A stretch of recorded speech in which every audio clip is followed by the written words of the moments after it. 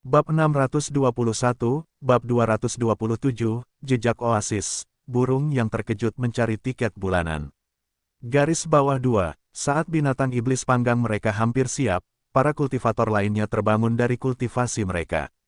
Feng Qingzi masih berada di tendanya, minum sendiri, sementara di luar, orang-orang sedang berpesta. Bagi mereka, menyimpan anggur berkualitas di tas penyimpanan mereka terlalu mudah. Melihat ini secara diam-diam, Liang Seng agak tergoda, tetapi untungnya, Huang Yifan telah menyiapkan banyak makanan lezat sebelumnya, yang memungkinkannya menikmati anggur berkualitas dan pemandangan malam sendirian. Saat Liang Seng menatap langit malam yang luas, hatinya sebenarnya cukup tenang. Dia bertanya-tanya apakah Feng Yuan dan yang lainnya telah mencapai rawa binatang surgawi luar dan bertemu dengan Cunyangzi sekarang.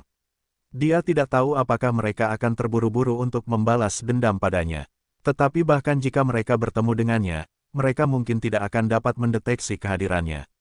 Dia bertanya-tanya apakah mereka akan memuntahkan darah karena marah ketika mereka menyadari bahwa dia telah bersembunyi di dekatnya dan tiba-tiba muncul untuk merebut peluang. Baginya, hal itu tampak lucu.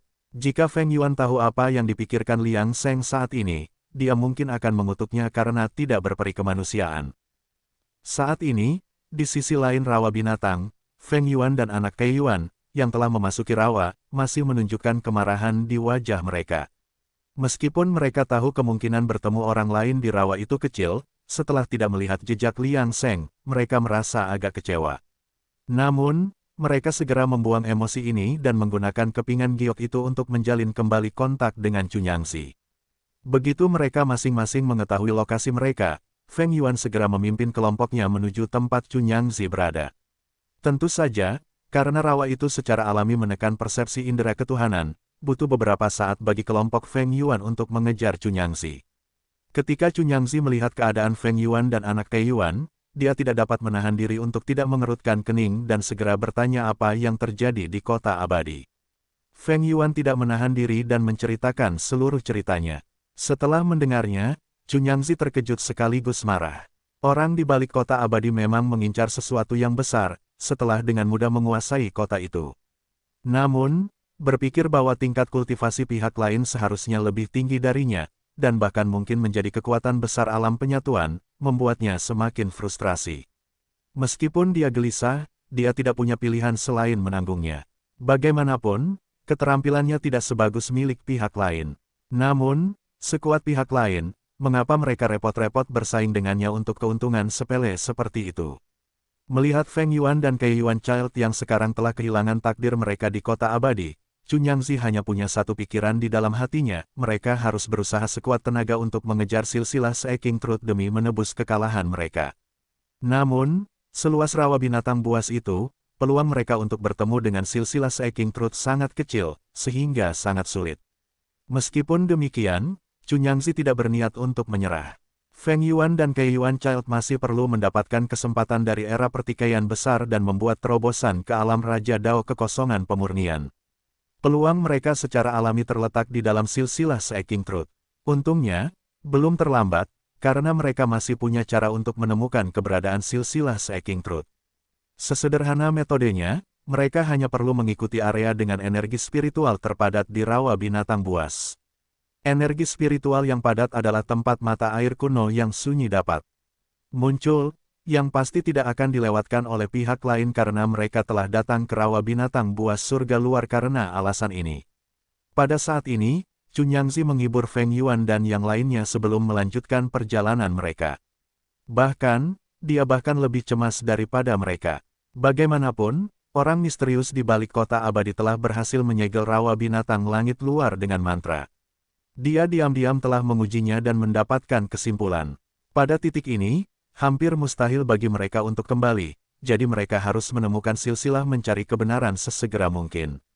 Jika ditunda lebih lama lagi, situasinya akan semakin buruk. Begitu mereka menemukan silsilah mencari kebenaran, mereka akan mengerahkan seluruh kekuatan mereka dalam serangan. Bahkan jika pihak lain memiliki Raja Dao kekosongan pemurnian, Cunyangzi tidak merasakan bahaya apapun. Bagaimanapun, dia memiliki kartu trufnya sebagai Raja Dao kekosongan pemurnian.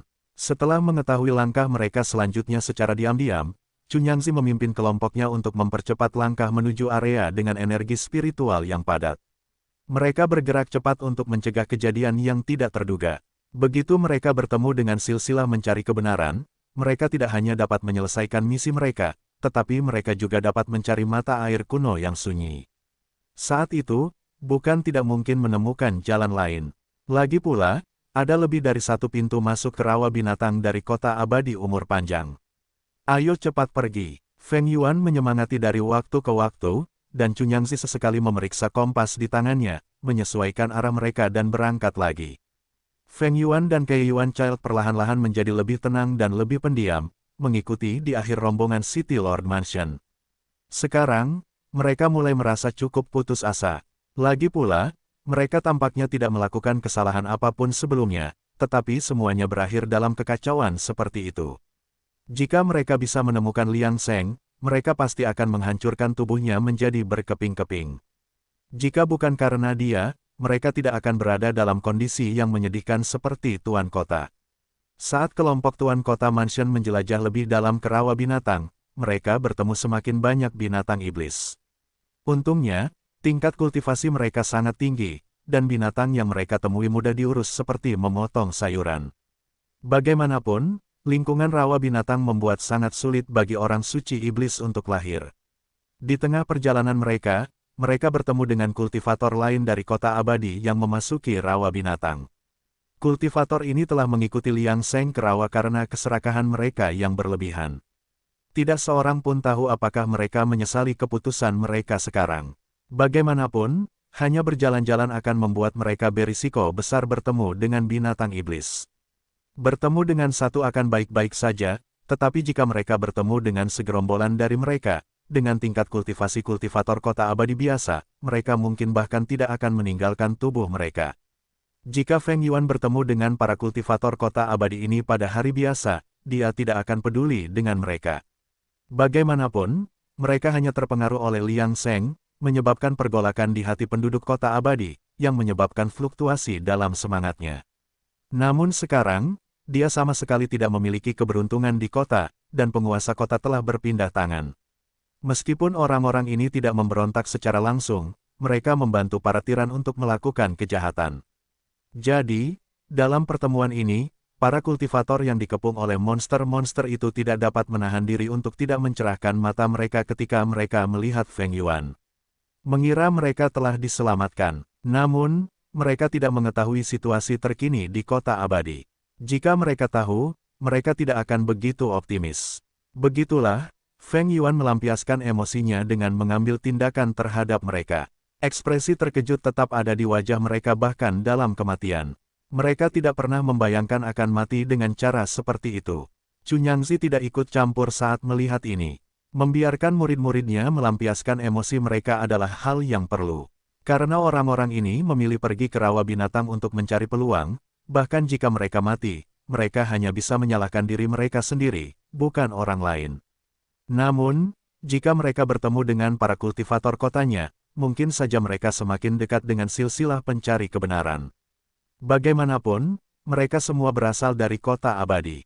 Melalui pintu masuk yang terbatas, bahkan jika mereka berjauhan, mereka semua berada dalam wilayah yang sama relatif terhadap seluruh rawa binatang. Memikirkan hal ini, Cunyangzi menjadi lebih bersemangat tentang ekspedisi mereka yang akan datang dan bahkan diam-diam bersiap untuk bertemu dengan silsilah pencari kebenaran.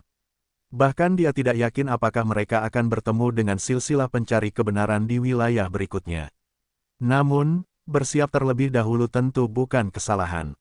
Sementara Feng Yuan melampiaskan emosinya dengan membunuh para kultivator kota abadi, silsilah pencari kebenaran juga bertemu dengan para kultivator kota abadi. Namun, mereka berbeda dengan City Lord Mansion dalam pendekatan mereka. Mereka tidak mempertimbangkan untuk membunuh para kultivator kota abadi, tetapi malah menyelamatkan mereka dari binatang iblis dan menyuruh mereka mengikuti tim mereka. Garis keturunan pencari kebenaran melihat para kultivator yang berani memperjuangkan peluang di rawa binatang sebagai kultivator pemberani. Mereka berani datang ke rawa binatang untuk mencari peluang bahkan di bawah tekanan City Lord Mansion. Setidaknya, itu membuktikan bahwa mereka tidak sepenuhnya tunduk pada City Lord Mansion, jika tidak, mereka akan tetap tinggal di kota abadi. Silsilah pencari kebenaran melihat pentingnya untuk lebih dekat dengan orang-orang seperti itu. Bagaimanapun, jalan yang mereka pilih pasti sulit. Oleh karena itu, dalam perjalanan mereka berusaha menyatukan semua kekuatan yang mereka bisa. Meskipun para kultivator kota abadi ini memiliki tingkat kultivasi yang rendah, apa yang akan terjadi jika banyak kultivator seperti ini bersatu? Kultivator yang diselamatkan oleh mereka semua bersyukur, dia tidak menyangka akan selamat dari serangan binatang iblis. Selama percakapan mereka yang penuh rasa syukur, para kultivator silsilah pencari kebenaran tidak menyembunyikan identitas mereka. Hal ini mengejutkan para kultivator kota abadi sejenak, tetapi mereka dengan cepat mengesampingkan emosi ini. Hidupnya tergantung pada seutas benang beberapa saat yang lalu, dia tidak akan peduli apakah silsilah pencari kebenaran adalah orang baik atau jahat, selama mereka bisa menyelamatkannya, mereka adalah penyelamatnya. Bagaimanapun, hanya dengan bertahan hidup dia bisa terus berkultivasi. Kemudian, berjalan bersama mereka, para kultivator kota abadi yang diselamatkan secara bertahap oleh para pencari kebenaran mencapai 12 orang yang mencengangkan. Ke-12 orang itu dengan patuh mengikuti silsilah mencari kebenaran, dengan penuh rasa terima kasih. Akan tetapi, ketika mereka bertemu dengan kultivator ke-13, sebuah insiden tiba-tiba terjadi. Pihak lain secara tak terduga memiliki seorang rekan yang terjebak dalam gerombolan binatang buas lainnya. Feng Qingzi memikirkannya dan merasa bahwa lokasi mereka saat ini tidak terlalu jauh. Ia memberitahu seorang kultivator jiwa yang baru lahir untuk membawa orang itu untuk menemukan dan menyelamatkan kultivator kota abadi dan kemudian berkumpul kembali. Feng Qingzi tidak terlalu memikirkan hal ini dan terus memimpin tim. Akan tetapi, tidak lama kemudian, kultivator jiwa yang baru lahir membawa kembali mayat seorang kultivator kota abadi yang sebelumnya ditemui. Pada saat ini, kultivator jiwa yang baru lahir melaporkan dengan tenang kepada Feng Qingzi, "Pelindung, orang-orang ini tidak dibunuh oleh binatang buas, tetapi oleh manusia." "Oleh manusia, ya, dan saya juga menemukan banyak jejak kaki. Arah yang mereka tuju sedikit mirip dengan kita, tetapi ada jarak di antara kita. Berdasarkan aura yang tersisa pada mayat itu, saya bukan tandingan mereka." Feng Qingzi menatap mayat itu dengan heran, penggarap alam kemunculan jiwa. Mungkinkah itu seseorang dari istana penguasa kota dinasti abadi kemenangan timur? Penggarap jiwa baru lahir itu mengangguk setuju. Feng Qingzi berpikir sejenak, lalu mengangkat tangannya untuk menghentikan tim. "Ayo berkemah di sini." Para pembudidaya garis keturunan mencari kebenaran sedikit bingung. Mereka tidak lelah, jadi mengapa membuang waktu mendirikan kemah? Feng Qingzi menghibur mereka dengan suara lembut, "Semuanya, jangan khawatir. Tidak seorang pun tahu kapan mata air sunyi kuno akan muncul.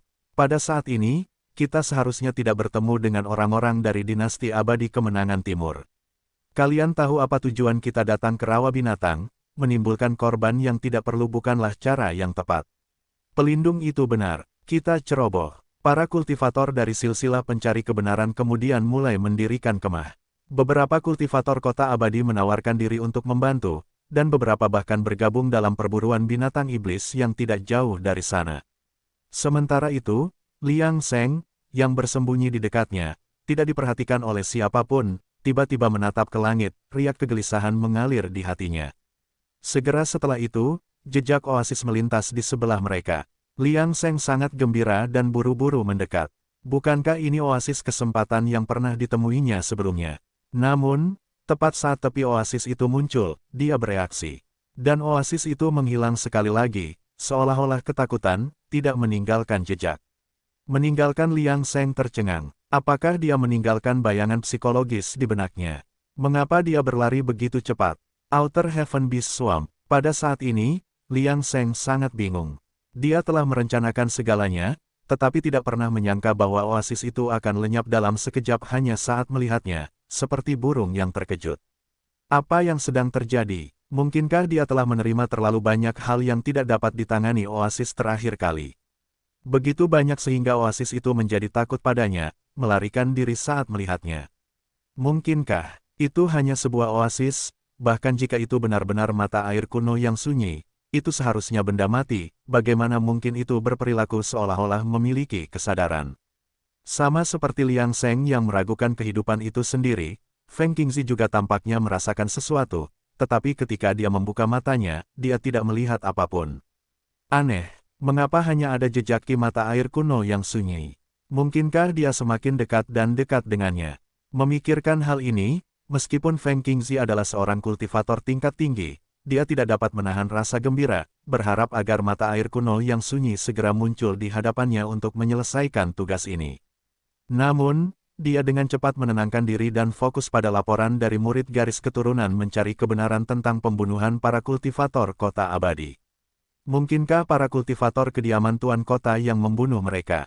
Hal ini membuatnya meningkatkan kewaspadaannya. Kemudian, dia dengan hati-hati memeriksa tubuh para kultivator yang mati dan menemukan bahwa ada sisa-sisa ki dari para kultivator alam kemunculan jiwa. Hal ini menegaskan kecurigaannya. Tampaknya para kultivator dari kediaman Tuan Kota juga berada di rawa binatang, tidak ada penjelasan lain untuk hasil ini. Nalurinya adalah untuk menghindari konfrontasi langsung, lagi pula, menemukan mata air kuno yang sunyi adalah prioritas utamanya, dia dapat mundur dari semua hal lainnya untuk itu. Jadi, dia tidak bertindak gegabah. Sebaliknya, dia menjaga tim tetap diam untuk istirahat sementara, membiarkan orang-orang dari istana Tuan Kota pergi terlebih dahulu. Sayangnya, semuanya menjadi kacau. Semakin dia mencoba menghindari masalah, semakin banyak masalah yang menghampirinya. Dia tidak menyangka para penggarap kota abadi akan berbalik dan langsung menuju ke arah mereka. Ternyata ketika oasis itu muncul sesaat, meskipun menghilang seketika, Chunyangzi masih merasakan perubahan dalam energi spiritual. Kepadatan energi spiritual tiba-tiba melonjak dan kemudian kembali normal. Awalnya dia tidak memiliki tujuan khusus. Sekarang, dia tidak bisa tidak menebak apa yang sedang terjadi. Jika mereka berada di dinasti abadi kemenangan timur, jarak ini tidak akan berarti apa-apa baginya. Dia bisa dengan santai merasakan semuanya. Namun, di rawa binatang ini, semua indera para kultivator ditekan, jadi tidak peduli bahwa dia adalah Raja Dao Kekosongan Pemurnian, dia tidak dapat menghindari situasi ini. Setelah membuat keputusan, dia berhenti ragu-ragu. Ayo pergi ke sini. Karena Chunyangzi telah berbicara, siapa yang akan tidak setuju? Dan mereka agak bersemangat dalam hati mereka. Lagi pula, mengubah arah secara tiba-tiba, bukankah itu berarti bahwa leluhur telah menemukan mata air kuno yang sunyi?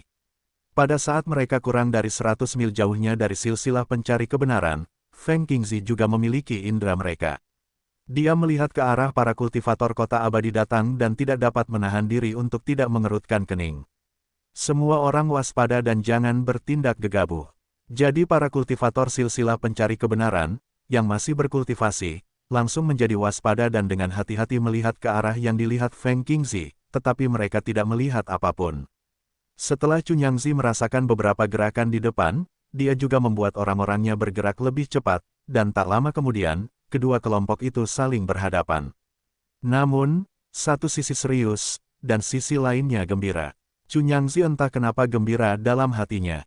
Itu adalah keberuntungan yang akhirnya dia dapatkan dalam periode ini. Dia mendapatkannya tanpa usaha apapun. Siapa yang mengira sisa-sisa Seeking Truth akan ada di sini? Memikirkan hal ini, dia tidak bisa menahan tawa keras. Sisa-sisa Seeking Truth, tidakkah kalian akan menyerah sekarang? Pada saat ini, Feng Yuan juga meraung. Meskipun dia telah dengan kejam membunuh para kultivator kota abadi yang terisolasi yang mereka temui sebelumnya, itu belum sepenuhnya melampiaskan emosinya. Tapi sekarang, dengan sisa-sisa Seeking Truth tepat di depannya, dia bisa membunuh dengan bebas. Sungguh menyenangkan, para kultivator garis keturunan Seeking Truth belum mendapat kesempatan untuk berbicara. Para kultivator kota abadi yang diselamatkan itu agak bingung. Tuan kota juga masuk, ternyata dia berbohong kepada kita, menghentikan kita masuk sementara dia sendiri diam-diam masuk, dasar bajingan. Dia mempermalukan gelar Tuan Kota. Bajingan, munafik. Suara-suara saling menyalahkan yang tiba-tiba itu tentu saja menarik perhatian Feng Yuan kepada para kultivator kota abadi itu, tetapi dia menutup telinga terhadapnya. Pada saat ini, dia hanya memperhatikan sisa-sisa Seeking Truth. Sisa-sisa Seeking Truth, bunuh tanpa ampun. Para kultivator dari kedua belah pihak menunjukkan niat membunuh. Namun, Chunyangzi dan Feng Qingzi tetap diam. Sejak mereka saling berhadapan, mereka saling menatap, tidak ada yang berani bertindak gegabah. Bagaimanapun, mereka berdua adalah penguasa Dao. Ketika mereka mencapai tahap ini, pertarungannya adalah untuk belajar, atau untuk hidup dan mati. Jika tidak, para kultivator pada level alam mereka tidak akan bergerak. Mengenai situasi hari ini, kecuali jika tidak terduga, itu pasti masalah hidup dan mati. Cunyangzi telah bersiap untuk ini sebelumnya. Bagaimanapun, dia tahu bahwa sesuatu yang mirip dengan Dao Lord telah muncul di antara sisa-sisa pencari kebenaran. Melihatnya hari ini, itu dikonfirmasi. Meskipun dia masih belum dapat menentukan alam lawannya secara spesifik, itu tampak mirip dengan miliknya sendiri, bahkan mungkin kurang dari miliknya. Melihatnya dengan cara ini, itu agak beruntung. Namun, meskipun begitu, dia tidak berpikir untuk melakukan langkah pertama saat ini. Karena dia takut kehilangan kesempatan pertama. Ketika mereka mencapai level kultivasi mereka, tidak ada yang bisa terburu-buru. Setelah Feng Yuan dan Kei Yuan Child saling melirik, mereka segera memahami kekhawatiran tuan mereka.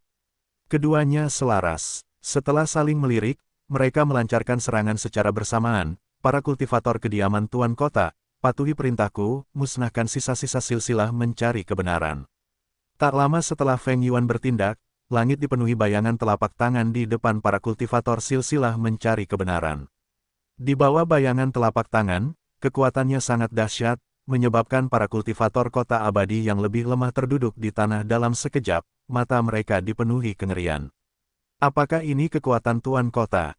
Sebelumnya, dia tidak menggunakan kekuatan penuhnya, tidak heran dia adalah seorang kultivator yang telah mengatasi kesengsaraan guntur. Tetapi mengapa dia membiarkan keluarga Zhou memamerkan kehebatan bela diri mereka sebelumnya? Jika dia menunjukkan kekuatan seperti itu sebelumnya, bagaimana mungkin mereka berani memiliki pikiran seperti itu? Bawahan Feng Qingzi segera mengambil tindakan untuk memblokir serangan Feng Yuan dan kelompoknya. Satu pihak menyerang dengan ganas, pihak lain mencegat dengan hati-hati. Namun, Feng Qingzi dan Cunyangzi masih tidak bergerak, mereka adalah faktor kunci yang akan menentukan hasil pertarungan ini. Meskipun anak Kei Yuan ikut bergabung, para kultivator garis keturunan mencari kebenaran berjuang untuk menahan tekanan untuk sementara waktu. Tetapi saat Feng Qingzi mencoba membantu, Cunyangzi muncul di depannya dengan wajah tanpa ekspresi. Teman Taois, pikiranmu sedang kacau. Lawanmu adalah aku. Saat berikutnya, guntur surgawi turun. Gerakan Cunyangzi melepaskan kekuatan tak terbatas. Dan Feng Qingzi terpaksa bertempur dengan Cunyangzi dengan enggan. Feng Yuan dan anak Kei Yuan kemudian memimpin pasukan mereka untuk berhasil menyerbu para kultivator garis keturunan mencari kebenaran, menyebabkan para kultivator kota abadi yang tersisa menggigil ketakutan di belakang. Namun, menghadapi orang-orang yang telah mengkhianatinya, Feng Yuan tidak merasakan apa-apa selain kebencian, dan saat ini, ia memilih untuk menjadikan mereka target pertamanya. Tidak, Tuan Kota, kami salah. Tolong ampuni kami. Sayangnya, hati Feng Yuan sekeras besi saat ini. Dia tidak peduli dengan permohonan mereka. Dia telah kehilangan takdir kota abadi. Semua orang yang hadir hari ini harus mati.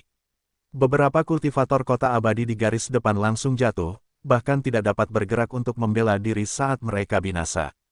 Ini bahkan dengan campur tangan para kultivator.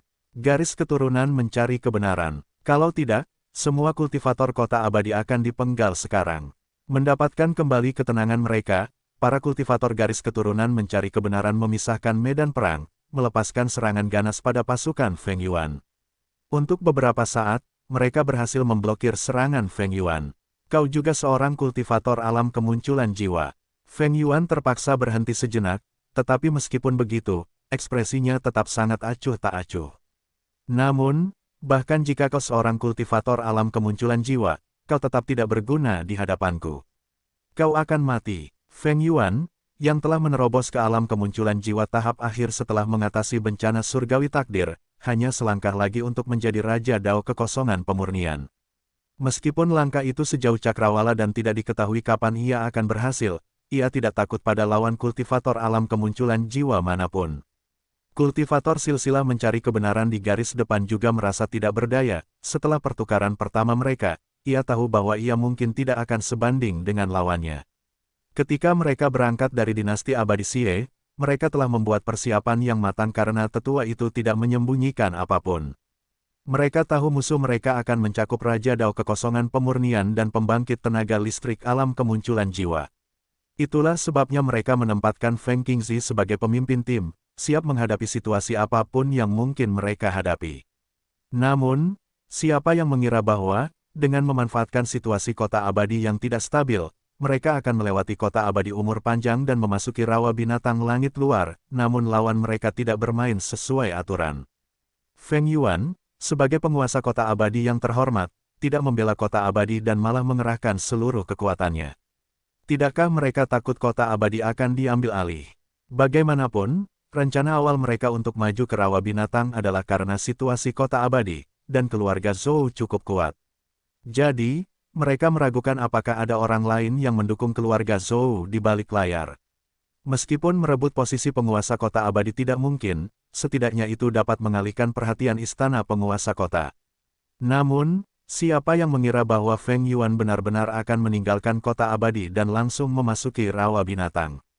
Tampaknya para kultivator dinasti abadi benar-benar memendam kebencian yang mendalam terhadap silsilah mencari kebenaran mereka.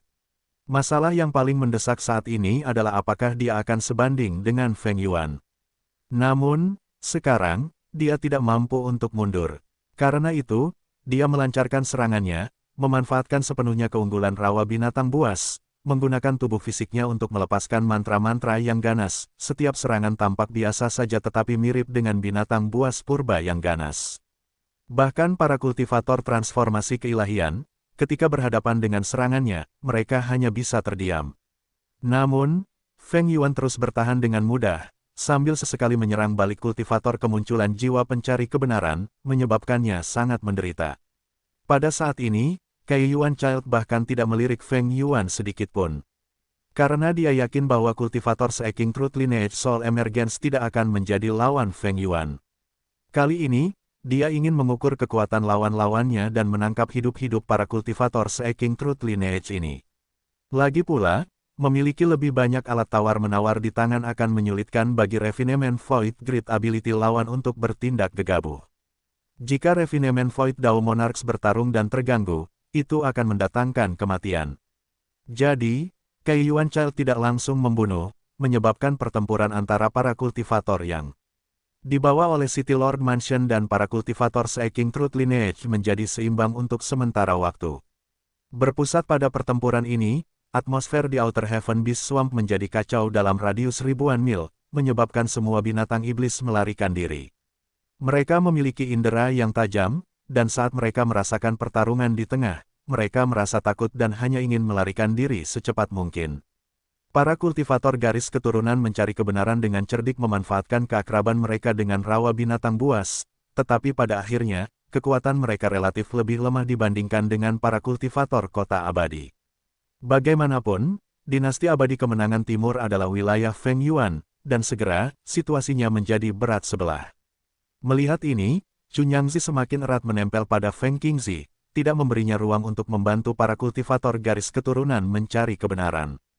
Chunyangzi telah menyelidiki tingkat kultivasi lawannya. Mereka seimbang, dan dia berpura-pura lemah ketika dalam posisi yang kurang menguntungkan sebelumnya. Namun, dia tidak jatuh karena dia berhati-hati. Saat ini, melihat bahwa situasi di medan perang di bawah menguntungkan mereka, dia harus memanfaatkan pengalaman tempurnya yang kaya. Dia berencana untuk melakukan serangan habis-habisan dan tidak memberi Feng Qingzi kesempatan untuk melarikan diri dari pertempuran. Sementara itu, Feng Yuan masih menekan para kultivator Soul Emergence dari Seeking Truth Lineage dengan kekuatannya. Lagi pula, setelah melewati Heavenly Tribulation, hanya ada sedikit orang di alam yang sama yang bisa mengalahkannya. Kai Yuan Child dengan lancar menyelesaikan pengepungan, menekan kegembiraannya, dia tidak ingin ada kecelakaan yang terjadi selama proses tersebut. Bahkan jika Immortal City gagal kali ini, merebut sisa-sisa Refining Void Realm dan Soul Emergence Realm dari Seeking Truth Lineage tidak akan menyebabkan kesalahan dari Immortal Dynasty.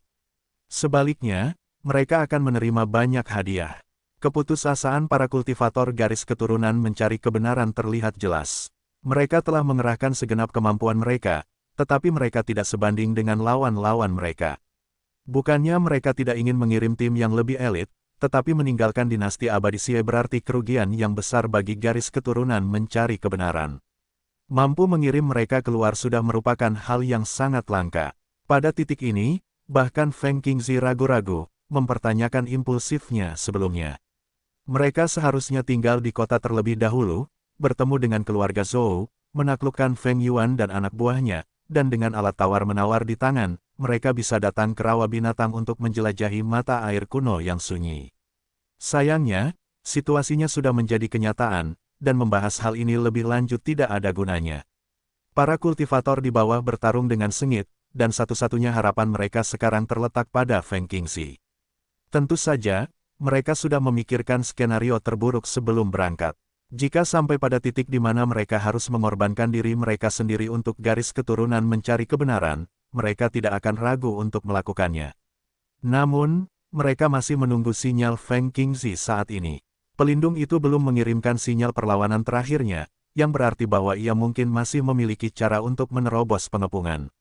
Yang tidak mereka ketahui adalah bahwa Feng Qingxi tidak ingin mengirim sinyal, tetapi pengalaman tempur Cunyangzi begitu mendalam sehingga ia tidak memberinya kesempatan apapun.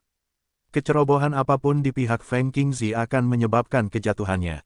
Ia harus memastikan keselamatannya sendiri sekarang, karena kejadian yang tidak terduga dapat berarti akhir bagi semua orang. Pada saat ini, Feng Yuan tidak bisa menahan diri untuk sedikit bersantai.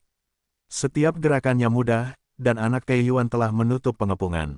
Kediaman kepala kota di kota abadi tampaknya berada di ambang kemenangan besar, tetapi pada saat ini, perubahan tiba-tiba terjadi, sosok misterius berjubah muncul di medan perang.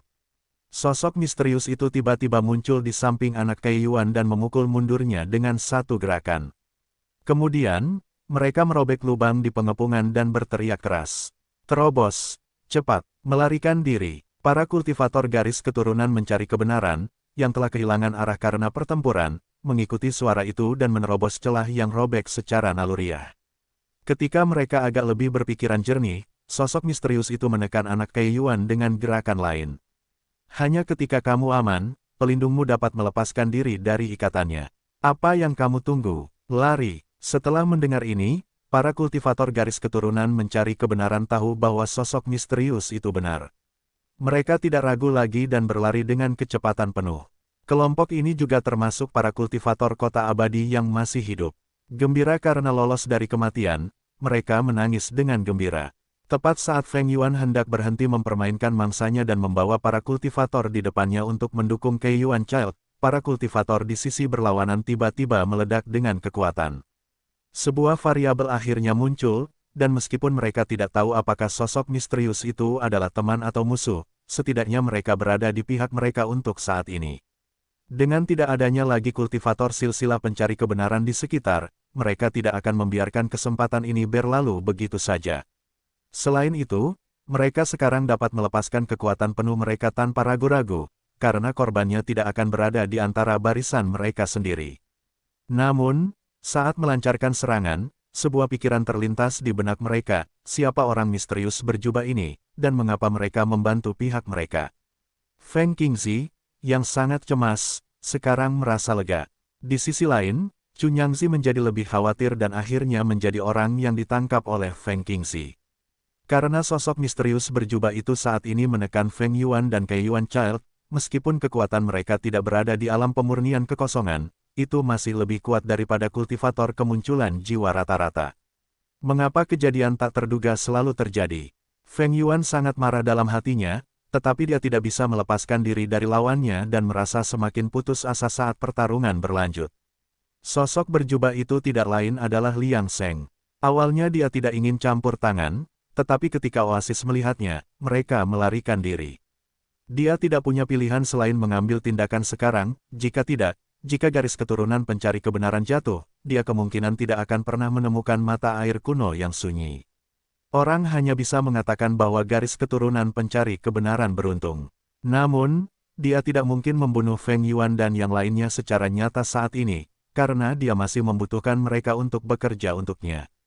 Dengan lebih banyak orang yang bekerja sama, mereka dapat lebih menjamin keselamatan semua orang dan memiliki peluang lebih tinggi untuk menemukan lokasi mata air kuno yang sunyi.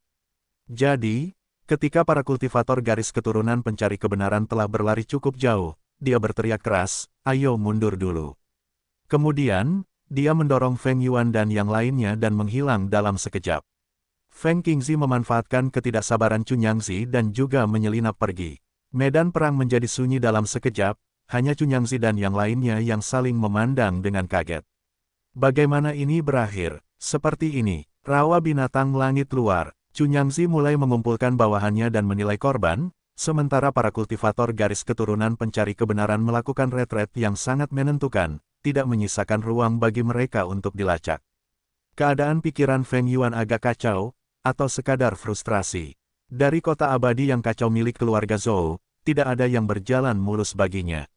Sekarang setelah mereka tiba di rawa binatang langit luar dan akhirnya bertemu dengan sisa-sisa pencari kebenaran, pihaknya berada di atas angin, tetapi pada akhirnya, semuanya sia-sia, usaha yang sia-sia. Cunyangzi menyadari ketidakseimbangan emosi Feng Yuan dan segera menasihati, Feng Yuan, jangan terlalu khawatir.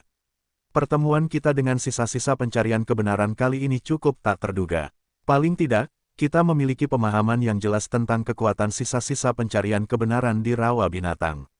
Lain kali, kita tidak akan membuat kesalahan yang sama. Kali ini, aku agak ceroboh. Jika aku sudah habis-habisan sejak awal, mereka tidak akan punya waktu untuk bereaksi.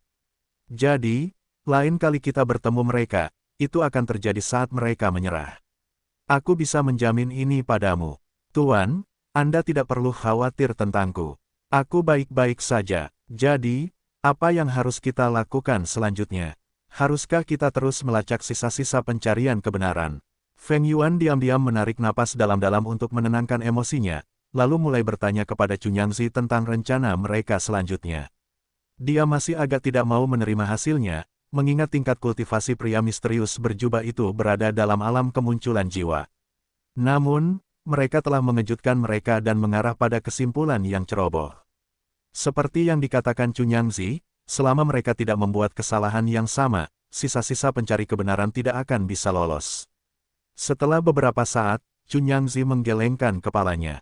Untuk saat ini, tidak perlu mengejar sisa-sisa pencari kebenaran. Kalau tidak, kita akan dituntun oleh hidung. Lebih baik terus mencari mata air kuno yang sunyi.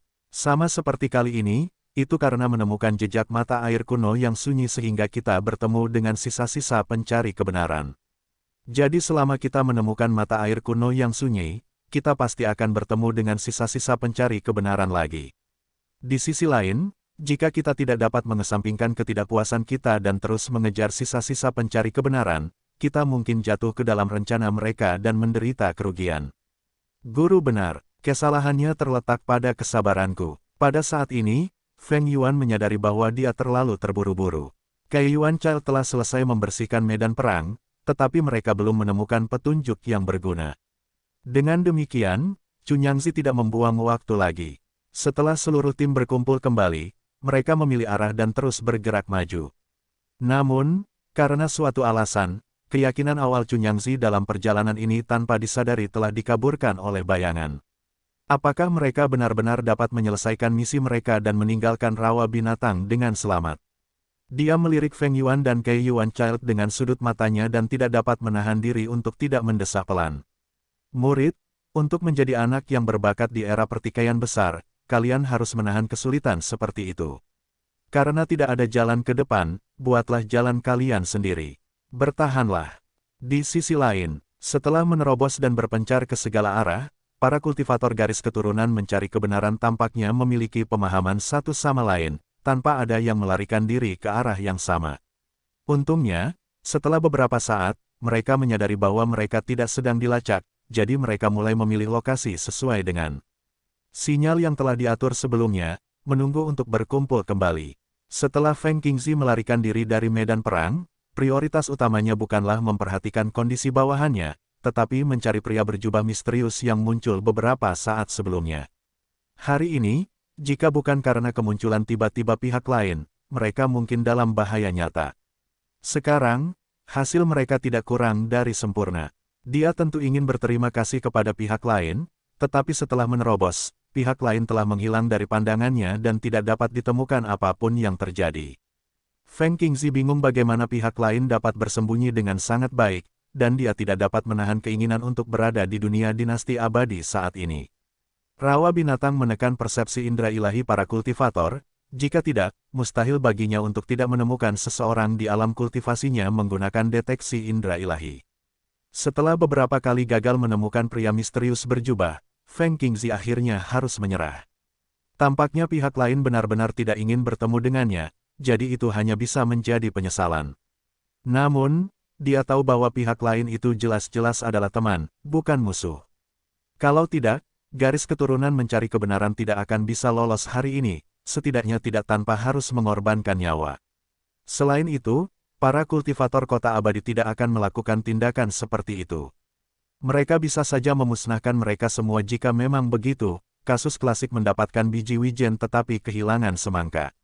Pada saat ini, Feng Qingzi berdiri di tempat, dan setelah memastikan bahwa dia tidak dapat menemukan pria misterius berjubah itu, dia mulai mengumpulkan semua orang sesuai dengan sinyal yang ditinggalkan oleh garis keturunan mencari kebenaran.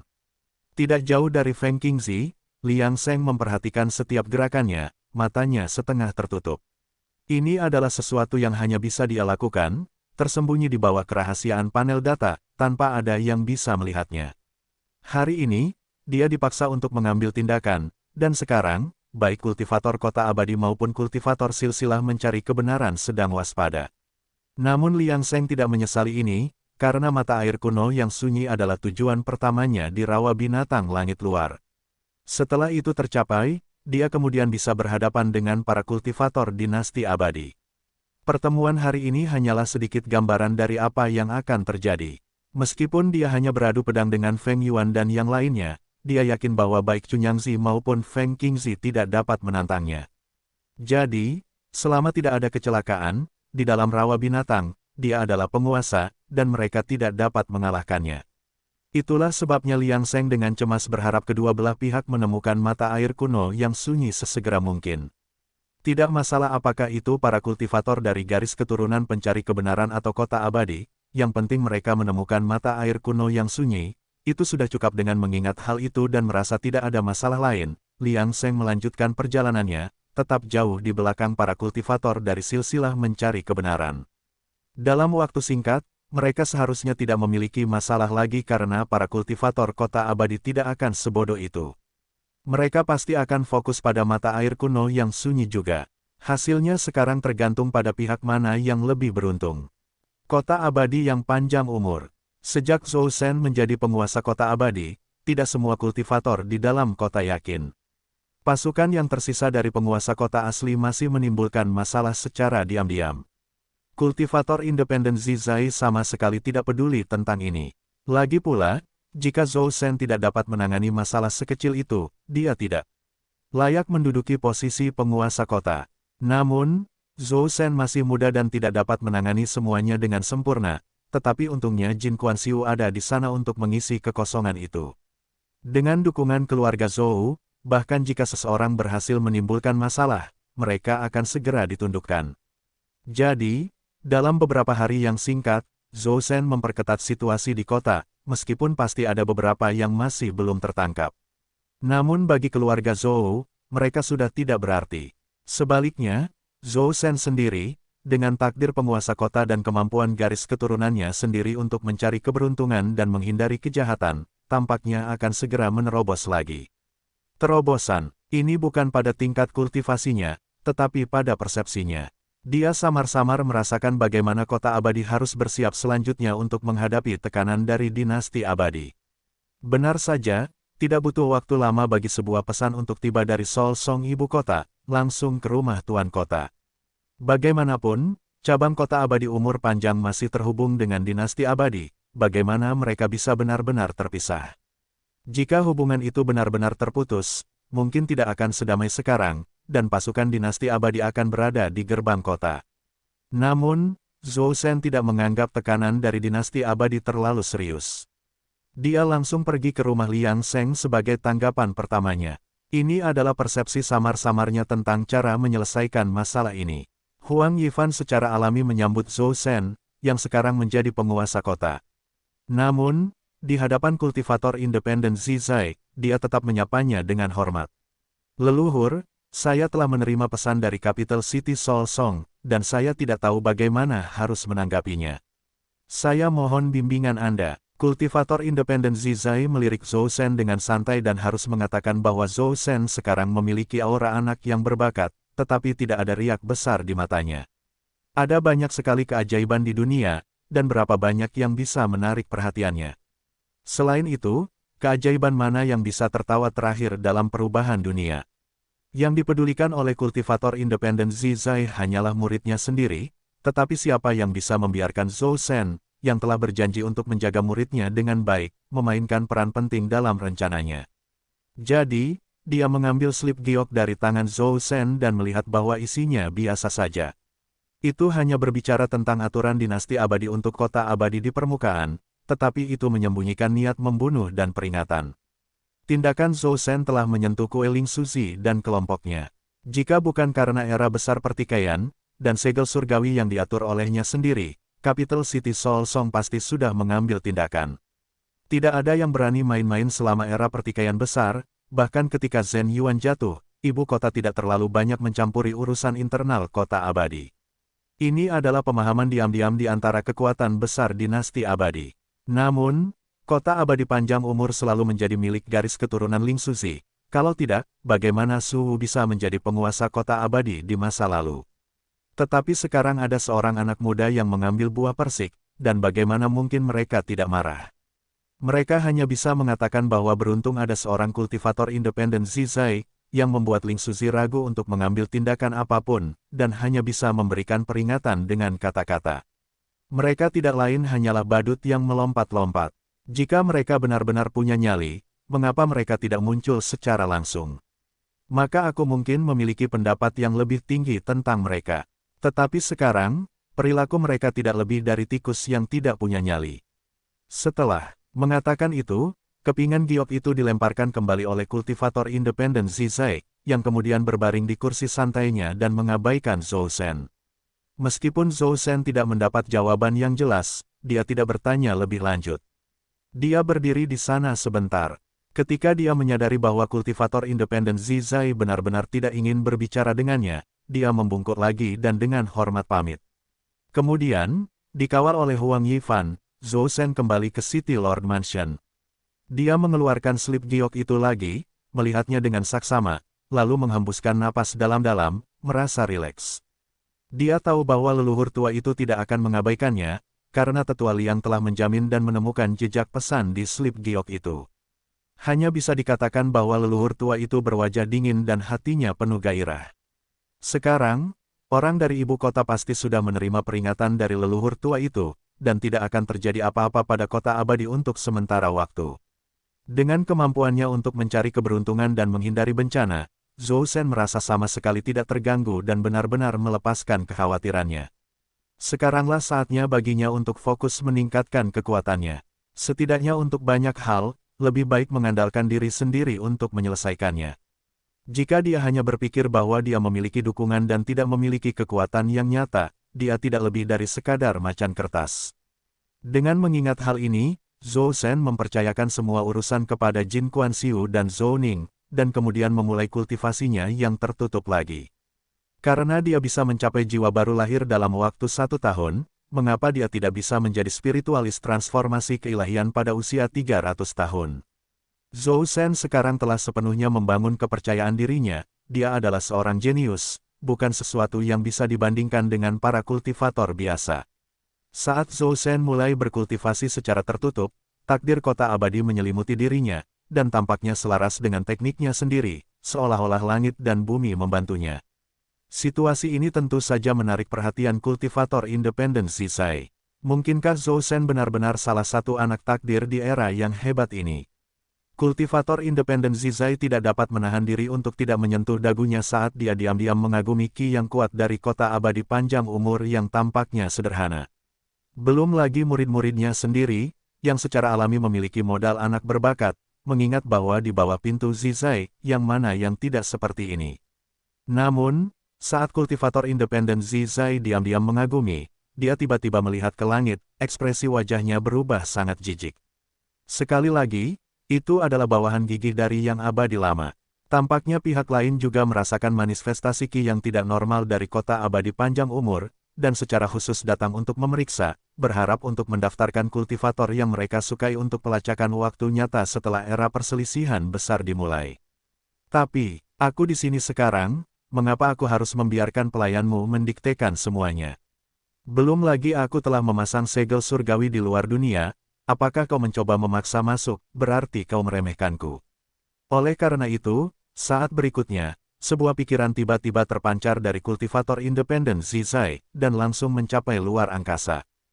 Di luar kota abadi umur panjang.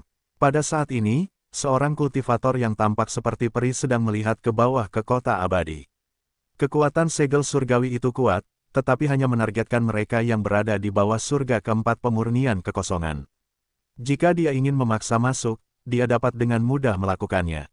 Namun, perubahan aneh dalam ki kota abadi umur panjang, ditambah dengan pengaturan segel yang tampaknya biasa saja ini, membuatnya semakin penasaran dengan kota abadi. Sebagai perwakilan dari Tanah Suci, dia memiliki hak istimewa untuk memantau era pertikaian besar, tetapi saat dia bersiap untuk memaksa masuk melalui segel, sebuah pikiran tiba-tiba turun. Dia tidak punya waktu untuk bereaksi, seluruh orang itu tersandung, dan kemudian laut kesadarannya bergolak dengan ombak. Meskipun ini hanya gerakan sesaat, dia dengan cepat menstabilkan ki-nya sendiri, tetapi dalam hatinya, dia masih agak tidak percaya. Itu sebenarnya dia, bukankah dia tinggal di dinasti abadi Xie karena dia kalah taruhan dengan leluhur Tanah Suci? Mengapa dia ada di sini? Memikirkan pencapaian orang lain, mulutnya berkedut tanpa sadar, tidak mengherankan jika hal-hal aneh terjadi di kota abadi panjang umur. Jika dia ada di sini, keributan seperti itu, apalagi pergantian total, tidak akan dianggap sesuatu yang tidak biasa. Memikirkan hal ini, dia tidak lagi tega memaksa masuk ke kota abadi panjang umur, tetapi berbalik dan pergi tanpa penundaan. Namun saat dia pergi, dia masih memiliki pertanyaan dalam hatinya, apa yang membuatnya tetap tinggal di kota abadi yang tidak penting seperti itu? Apakah pintu Zizai memiliki murid baru? Atau apakah karena dia kalah taruhan, demi para murid dari garis keturunan mencari kebenaran, sehingga dia muncul di sini? Dia berpikir sejenak, tetapi dia tidak yakin apa alasannya. Namun, apapun itu, dia tidak ingin dan tidak boleh menghadapinya.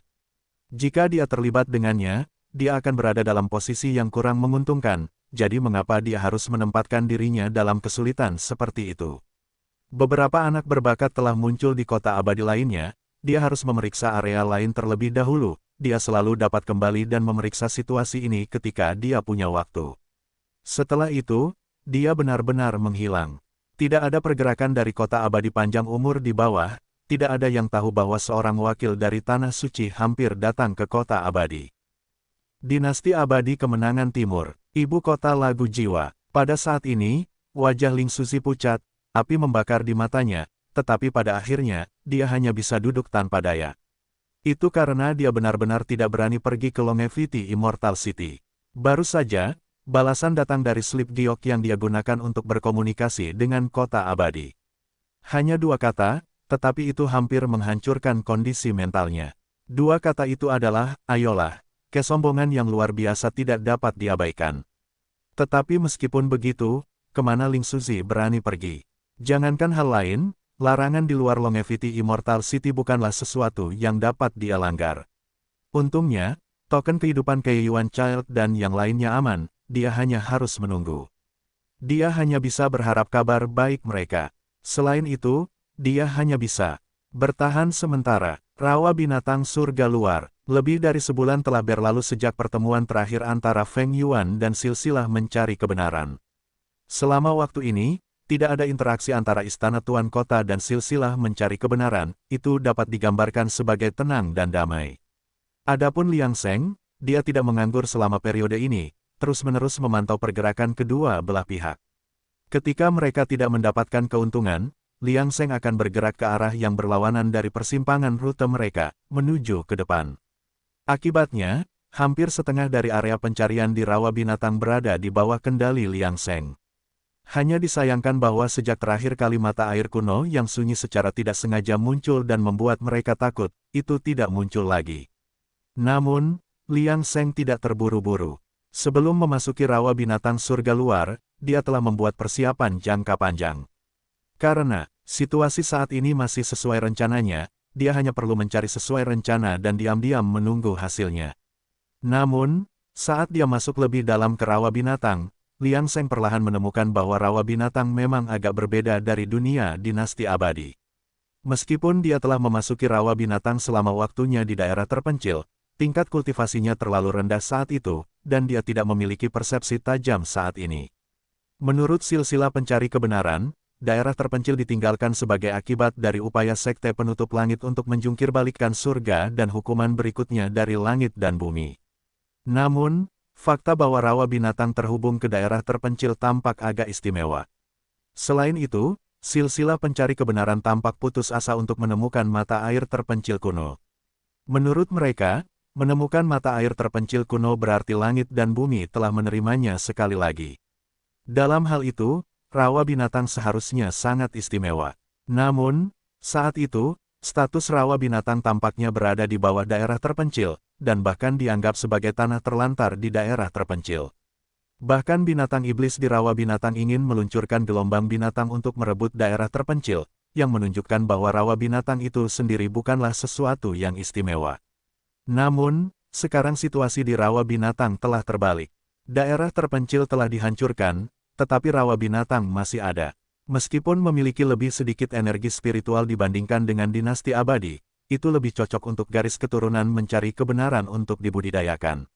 Ini tampak agak aneh. Jika sekte penutup langit telah ditinggalkan oleh langit dan bumi, lalu mengapa tempat seperti itu ditinggalkan? Liang Seng tidak dapat memikirkan jawabannya untuk waktu yang lama, dan hanya dapat menyimpan keraguan ini di dalam hatinya. Bagaimanapun, suatu hari, saat wilayahnya membaik, pertanyaan ini akhirnya akan terjawab. Mata air kuno yang sunyi. Liang Seng tidak dapat menahan diri untuk tidak mendesah memikirkannya, merasa seolah-olah mata air kuno yang sunyi memiliki kecerdasan seperti roh. Kalau tidak, mengapa itu bersembunyi darinya? Namun, bahkan cabang-cabang pembuluh roh kota abadi tidak menunjukkan perilaku ini dan hanya mengusirnya dari kota abadi setelah dia menyerap tulang belakang langit dan bumi. Masih banyak rahasia di dunia langit dan bumi. Liang Seng bahkan menantikannya, berharap bahwa garis keturunan pencari kebenaran dan pasukan istana tuan kota dapat menemukan mata air kuno yang sunyi lebih cepat. Pada saat itu, mereka dapat mengujinya dan mencoba menjawab beberapa keraguan mereka sebanyak mungkin. Liang Seng kemudian menenangkan semua emosinya, tanpa ada lagi fluktuasi dalam pikirannya, dan terus mencari perlahan di rawa binatang. Bagaimanapun, waktu tidak ada artinya baginya. Jadi, mengapa harus tidak sabar? Kota abadi umur panjang. Sejak Tuan Kota Zhou Shen melakukan kultivasi tertutup, Jin Kuan-Siu telah benar-benar mengendalikan urusan kota, dan kota abadi berada di bawah manajemennya yang tertib. Keluarga Zhou sangat menghormati tetua tamu Jin Kuan-Siu, dan tentu saja, tidak ada insiden dia jatuh dari kasih karunia. Begitu situasi di kota abadi telah tenang, Jin Kuan-Siu secara khusus mendirikan ruang alkimia di kota itu.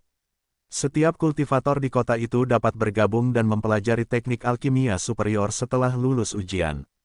Pada awalnya, ketika berita itu dirilis, para kultivator di kota abadi tidak terlalu tertarik padanya. Mereka tidak tahu signifikansinya, jadi hanya ada sedikit pelamar. Murid keluarga Zhou juga harus lulus ujian untuk bergabung, dan hanya mereka yang memiliki bakat alkimia yang disetujui oleh Jin Kuan-Siu yang dapat bergabung, memperlakukan semua orang secara setara. Zhou Ning bertanya kepada Jin Kuan-Siu tentang niatnya mendirikan ruang alkimia. Namun, Jin Kuan-Siu tidak memberinya jawaban yang jelas. Tentu saja, masalah ini bukan masalah besar, jadi Zhou Ning tidak bertanya lebih lanjut, dan masalah tersebut diselesaikan di dalam keluarga Zhou. Sebenarnya, itu karena Zhou Ning tidak memahami pentingnya ruang alkimia, jika tidak, dia tidak akan bereaksi seperti ini. Jin Kuan-Siu melakukan ini untuk meninggalkan fondasi bagi Zhou Shen, kekuatan yang mirip dengan sekte kecil di kota abadi untuk membantunya di masa depan. Ruang alkimia akan mengikuti rasa terima kasih atas pengajaran dan nama guru dan murid, yang merupakan tunas pembentukan sekte kecil. Jin Kuan-Siu tidak membuat pengaturan ini sebelumnya karena tidak perlu. Bagaimanapun, itu hanya keluarga Zhou saat itu. Tetapi sekarang Zhou Shen adalah penguasa kota. Jika dia hanya memiliki keluarga Zhou sebagai pendukungnya, tidak akan ada kekhawatiran di tahap awal. Tetapi bagaimana dengan setelah ribuan atau puluhan ribu tahun? Dia akhirnya membutuhkan fondasinya sendiri, dan selain itu, Jin Kuan-Siu juga memiliki keinginan egoisnya sendiri. Dia tidak akan pernah melupakan asal-usulnya. Jika sekte Danding dapat terus ada di kota abadi dalam bentuk lain, dia akan dibenarkan dalam tindakannya kepada sekte dan leluhurnya. Selain itu, karena senior pergi ke rawa binatang surga luar, tidak ada yang tahu kapan dia akan kembali.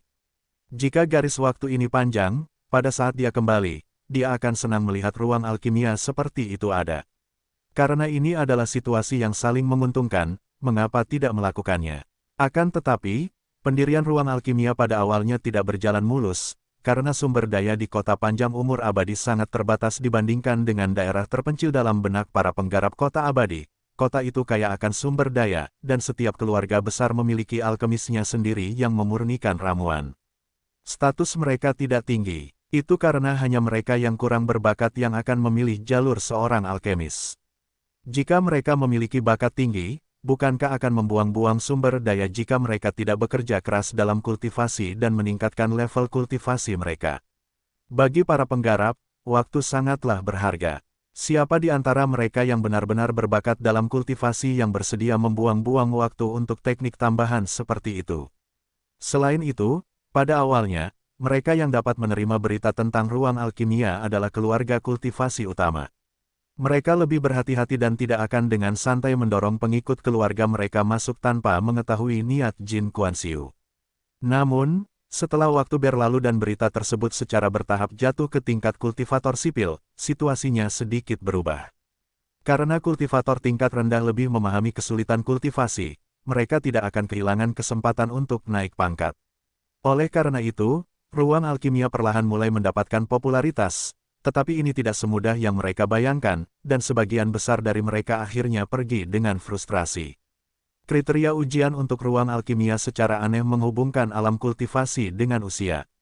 Hanya mereka yang lebih muda dalam alam kultivasi yang sama yang memenuhi syarat untuk memasuki tahap ujian berikutnya. Namun, kultivator muda dengan tingkat kultivasi yang tinggi juga memiliki bakat untuk kultivasi, jadi mengapa mereka rela membuang waktu mempelajari alkimia? Karena situasi ini, pendirian ruang alkimia oleh Jin Kuan-Siu tampak seperti jalan buntu, dan sangat sedikit yang benar-benar dapat masuk. Namun, Jin Kuan-Siu tidak khawatir tentang masalah ini. Bagaimanapun, dia berencana untuk melakukannya selangkah demi selangkah, selama tidak ada masalah di tengah proses, dan selain itu, dia memiliki tindakan pencegahan.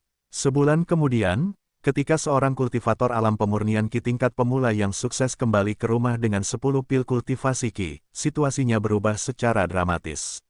Karena ini adalah 10 pil kultivasi Ki berkualitas tinggi. Selama seseorang berhasil bergabung dengan ruang alkimia, mereka akan memiliki bagian bulanan dari sumber daya kultivasi, dan begitu mereka berhasil memurnikan pil, mereka bisa mendapatkan 80% dari keuntungan. Belum lagi bahan-bahan alkimia juga disiapkan oleh ruang alkimia.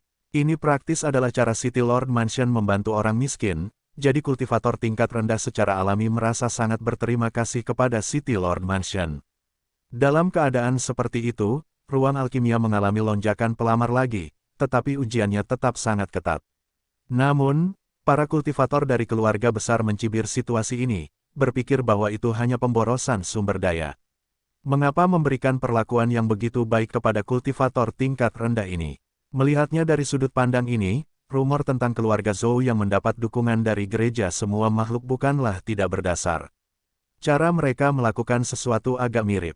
Meskipun mereka meremehkan tindakan City Lord Mansion, mereka tetap mengirim beberapa murid cabang sampingan mereka yang memenuhi kriteria ujian ruang alkimia ke City Lord Mansion. Jika ada peluang murah untuk dimanfaatkan, tidak memanfaatkannya akan membuat mereka menjadi bodoh. Jin Kuan-Siu menangani masalah ini dengan tidak memihak. Selama seseorang dapat lulus ujian, mereka dapat menjadi murid di ruang alkimia. Baru setelah Zhou Ning datang lagi dan melihat beberapa ratus kultivator muda berbakat di ruang alkimia, dia tiba-tiba menyadari situasinya. Tindakan senior Jin mungkin ditujukan untuk membina kelompok intinya sendiri bagi Zhou Shen. Tampaknya senior benar-benar berusaha sekuat tenaga demi senior. Dia sekarang mengerti niat Jin Kuan-Siu, tetapi dia tidak mengeluh. Bagaimanapun, ini juga memungkinkan keluarga Zhou untuk memiliki rencana cadangan lain, jadi mengapa tidak berbahagia? Selain itu, setelah merekrut 500 murid untuk ruang alkimia, Jin Kuan-Siu menghentikan sementara rencana tersebut untuk terus merekrut. Hal ini membuat beberapa pendatang baru langsung tercengang. Mereka akhirnya kehilangan kesempatan, dan menyesalinya setelah dipikir-pikir. Mereka terlalu picik. Belum lagi penyesalan para penggarap kota abadi, beberapa ratus orang di ruang alkimia juga mulai dilatih secara seragam. Lagi pula, bagaimana mungkin Jin Kuan-Siu melakukan hal bodoh seperti itu dengan tanpa pamrih berkontribusi kepada orang lain? Setelah para penggarap ini tersingkir, hanya sebagian kecil dari mereka yang akan menjadi anggota intinya yang sebenarnya. Saat itu, mereka akan diam-diam berkembang menjadi anggota sekte Danding. Jadi kali ini, ujian mereka berfokus pada mentalitas mereka sebagai kriteria utama dan bakat sebagai kriteria pelengkap. Jin Kuan-Siu percaya bahwa dia tidak pernah salah menilai seseorang. Lagi pula, dulu, jika ketiga muridnya lahir di kota abadi, mereka mungkin akan dianggap sebagai anak berbakat juga. Setengah tahun kemudian, Jin Kuan-Siu akhirnya memilih kurang dari 50 orang dari ratusan orang dan secara resmi menerima mereka sebagai murid atas nama Zhou Shen. Mereka semua adalah murid Zhou Shen, dan di bawah sumpah dao surgawi mereka, Jin Kuan-Siu tidak bisa menahan rasa berlinang air mata ketika melihat 50 orang ini. Sekte Danding akhirnya terlahir kembali di kota abadi panjang umur dengan cara ini, dan muridnya Zhou Shen juga akan memiliki kelompok inti sendiri. Di waktu berikutnya, tugas Jin Kuan-Siu adalah melakukan yang terbaik untuk melatih anak-anak ini. Dia ingin para penggarap kota abadi melihat, siapa yang mengatakan bahwa alkimia adalah buang-buang waktu. Sekte Danding mampu bertahan di daerah terpencil selama bertahun-tahun justru karena mereka memiliki teknik alkimia yang unik. Kota abadi tidak dapat melahirkan sekte seperti itu karena terlalu nyaman dan memiliki sumber daya yang melimpah. Tidak perlu hidup seperti yang mereka lakukan di daerah terpencil. Sebagai perbandingan, penggarap di daerah terpencil tidak lebih dari sapi dan kuda dibandingkan dengan kota abadi. Namun, bahkan sapi dan kuda dapat membuat orang-orang sombong di kota abadi menelan buah pahit dari kesombongan mereka. Sementara itu, kultivator independen Zizai sangat menyadari tindakan Jin Kuan-Siu tetapi tidak mempedulikannya.